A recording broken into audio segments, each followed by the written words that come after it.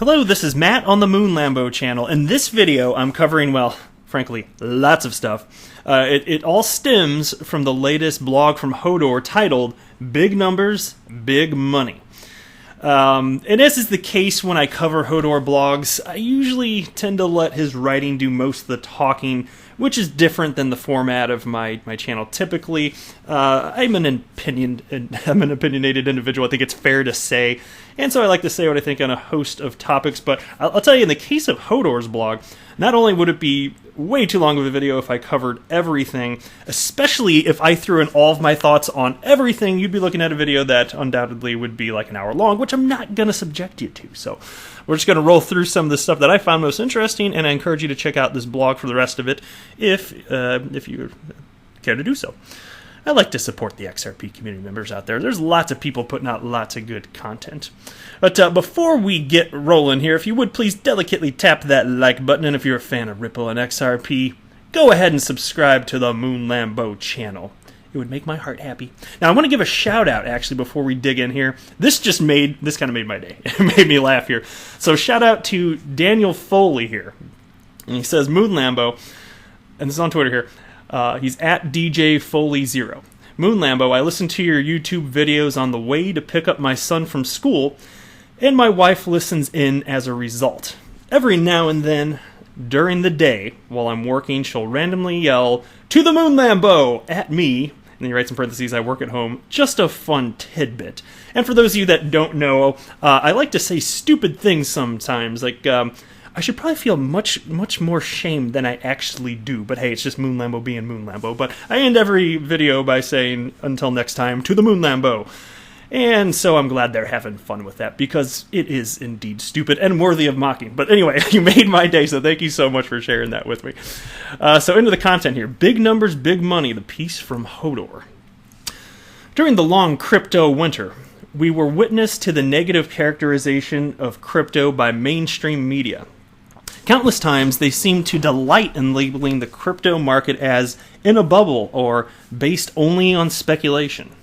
Part of this was based on the percentage increases in the price of the digital assets that comprise the market, and the percentage increases are, and can be, astounding. However, all of the numbers we've seen thus far in relation to this new and growing asset category do not compare to the amount of capital that is part of everyday existence in the traditional halls of finance. Look at Stripe. Stripe is a fintech founded in 2010 that helps businesses process online payments. They have an entire suite of online and checkout tools to assist online retailers. Like Ripple, the company is based in San Francisco and counts a number of blue-chip companies as clients. They have not yet gone public, but have instead, for the moment, decided to remain private, accessing capital through successive funding rounds. Their latest funding round brought in $250 million in new funding. But more amazing than its ability to raise cash through additional funding rounds is the company's growing market valuation, which is estimated to be around $35 billion. And Stripe is but one example of many in Silicon Valley. I've recently analyzed the possibility of what would happen if Ripple goes public. The valuation I used for that analysis was half of Stripe's estimated market value. These types of scenarios are very real and serve to add a potential complication to what would otherwise be an uninterrupted laser focus on building the Internet of Value. The flip side of these large numbers and massive amounts of capital in traditional markets is that they also provide a measure of what we can eventually expect for the entire market of digital assets once the industry matures and plateaus as streaming technology and other capabilities are further developed. It took the internet quite a few years before the major players with real use cases were identified apart from the noise in the larger market.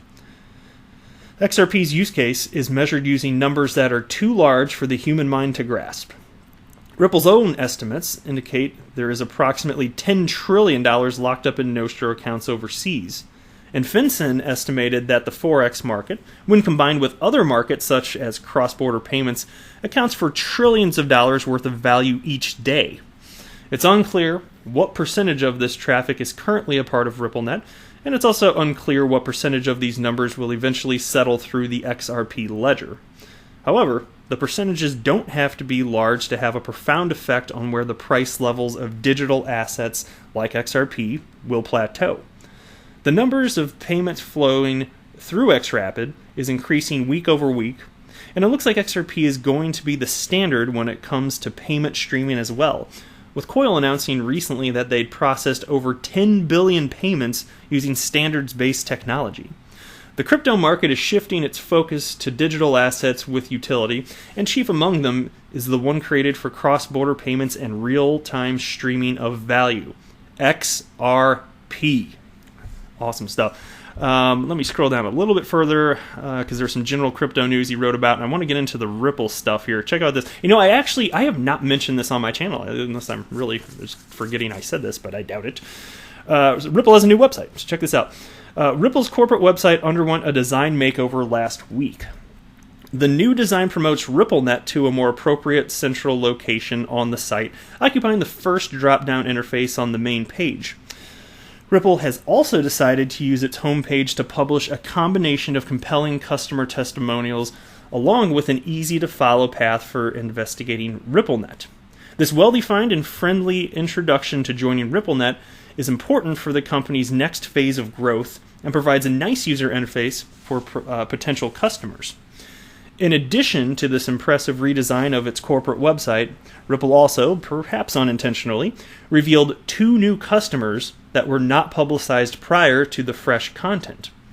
An XRP fan noticed 2 names that they'd not seen before, and that was on XRP chat. The 2 names are Interbank and Vitesse. Interbank is a Peruvian bank founded in 1897. It's one of the largest banks in Peru, alongside BBVA, Scotiabank Peru, and BCP. It's a serious competitor in the financial sector with 230 branches and over 1,500 ATMs. And then here's Vitesse. Vitesse is a UK-based bank founded in 2013 and licensed by the Financial Conduct Authority. While I don't have a good idea of how large Vitesse is, it's obvious that it is targeting services at connecting new fintechs with traditional banking and regulatory compliance. It offers services geared for establishing a compliant way for developers to deploy P2P applications and other platforms. And so we don't know if they're using Xcurrent or they haven't specified. At a minimum, they'd be using Xcurrent, right? But we don't know that they are currently using Xrapid. But as I always like to say on the Moon Lambo channel, any customer of Ripple's that is using Xcurrent is a potential Xrapid customer. The only way they're not a potential Xrapid customer if they're using Xcurrent is if they're already a customer. So there you go, using Xrapid. Next piece here, KPMG, Future of Payments. KPMG is one of the big 4 consulting firms. As part of its value proposition for high-end customers, the partnership conducts industry research in high-tech fields and in fintech areas to help inform their clients about new technology. The firm recently conducted a series of interviews with influential individuals in both fintech and in payments, and shared the videos on their corporate website. Professionals from PayPal, MUFG, MasterCard, and Ripple participated in the interviews, with Marcus Treacher providing a 2-minute introduction for how Ripple can help organizations free up liquidity. And so I'm going to pull him up here on Twitter now. Marcus Treacher, he is the global head of strategic accounts, and I have highlighted him on the channel in the past. But you're going to find this interesting. Check out. Here's what he had to say. The world has a very big liquidity problem today. What's happening is that companies and banks have to maintain trillions of dollars in overseas assets around the world to fund these very slow-moving, high-value, quite low-volume payments that are moving around day to day. And that creates an enormous drag on the global economy. It's tied up in capital. It's tied up in money. Or tied up money, rather. Now we think we can solve that problem by rethinking how liquidity is delivered to the end user. To do that, we are developing solutions around digital assets. For example, we use XRP as a digital asset. It's designed and fine-tuned for enormous high-speed and immediate delivery of value from one currency to another. And then the Hodor continues here now. He also emphasized openness of the future payment system as being a key factor. It was a nod to the interoperability that open standards like Interledger provide. Seeing Ripple in the mix with some of these other payment industry trendsetters is a reflection of positive progress towards the Internet of Value and real-time settlement of digital transactions. My guess is that the other Big Four consulting firms are also researching these same trends, and it wouldn't surprise me to see some of Marcus Treacher's insights quoted by other consultancies as well. Next piece that he covered here, I'm going to skip past this though. I've made entire videos on this over the last 4 to 6 weeks. It's about the legal matters and XRP security this, security that, blah blah blah. It's not a security, and I'd rather just not talk about it again today if that's okay with you. I also recently covered Instarim. That's the next piece that he talked about here, so I'd rather just skip over that. I have an entire video on that one right there, and it's kind of new, so I'd rather not completely rehash it. Certainly not that soon anyway. Check out this though. Here's the next piece: Xrapid tracking. One of the XRP community fans that has dedicated themselves to successfully identifying and tracking Xrapid transaction volumes is at HMATEJX. That's a Twitter avatar. He's continually updated his technical approach to sort through payments and filter them to get a data set of Xrapid transactions. Once he's accessed this resulting data set, he's able to stratify the transactions by exchange. And then he writes, here is a recent tweet from that fellow. And there's a little screen grab here. I can't blow it up here. But if you're not driving, feel free to take a look at the screen if you want to do so. Anyway, he's also invited others to help him identify transactions to successfully sort them. He normally uses tags associated with each exchange. Large exchanges, including the Xrapid partner exchanges, use XRPL tags to separate out amounts related to each customer. And it's these tags that allow HMX to successfully identify Xrapid related transactions. To create these dramatic visualizations, he must first successfully identify datasets. His approaches, tools, and techniques are all described in his prior blogs and in the GitHub repository he's created. And there's a link there right there. So feel free to check that out if you'd like. Next, I think you're going to find this topic quite fascinating, okay? Quantum questions, all right? And I've talked about this a little bit on the channel, the idea of quantum computing and what that would mean for blockchain. Okay, so anyway, are you worried about the potential security threat represented by quantum entanglement? It's a strange topic.